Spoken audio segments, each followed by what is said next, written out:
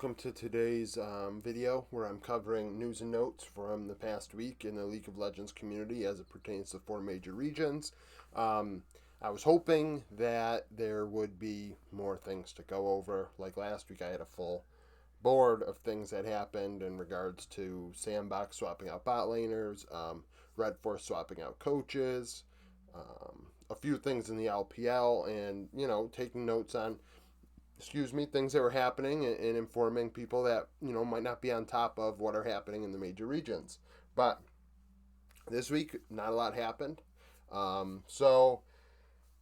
First, two more teams going to MSI, Latin America, team A's, I don't know. They're a new team pretty much to me. Rainbow 7 oftentimes makes it to the international events, and they did not this time. And even looking at this roster, I don't really recognize any names, which, could I name Rainbow 7 players? Probably not. But even, as far as this team goes, I really don't even recognize, many names from Champions Queue, even watching streams of Double Lift and people like that. I saw a lot of people from the team they beat, Astral, like Mia and Ache probably in top lane. I don't doubt it was Ace. Ache maybe. And a few other players, I recognize those names. I don't recognize anybody on the Latin American team that is representing them this year. Obviously, as we go into MSI after next week when the LCS are done and the final regions are done next Sunday, I'll be doing my preview where I cover each team every day, and I'll have a better idea of what they have to offer at that point. Sorry about that. So another team that made it to MSI was PSG Talon. We know all about them. They are oftentimes a representative from the PCS that make it to the international events and are also arguably the fifth best team when they go there. They are the best of the small regions, if not, in some people's eyes, as competitive as North America. Looking at PSG Talon, a lot of names you recognize. Hanabi. The mid laner, it's not Boy. Oh, geez. I recognize the mid laner's name, and the bot lane I recognize. Kai Wing and Unified. I recognize those names.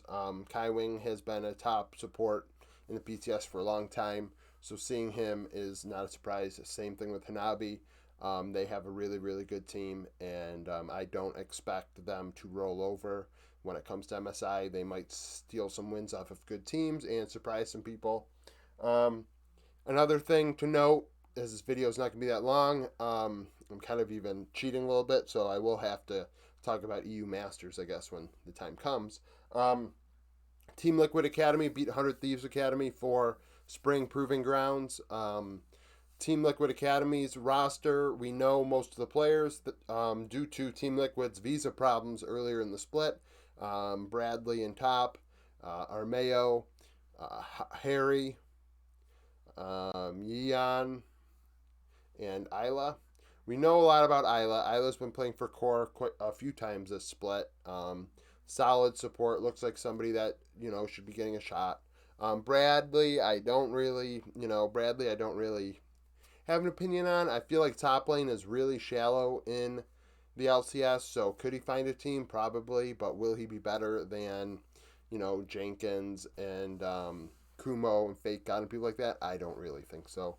I don't know his champion pool, though, so if he plays tanks well, maybe he can take one of those spots. Armeo, formerly known as Greg, he's been around a while. He's the veteran on the team. And the mid laner, honestly, I don't know a lot about. I know he comes from Oceania, so, he's not going to play for Bjerg anytime soon, so that is what it is. And Yeon, he got opportunities during lock-in as they were swapping him and Hans Sama out, giving Core some games and giving Isla some games in lock-in. So, we know what he's about. I don't think he's at an LCS level yet, but I do believe the support is at the very least. And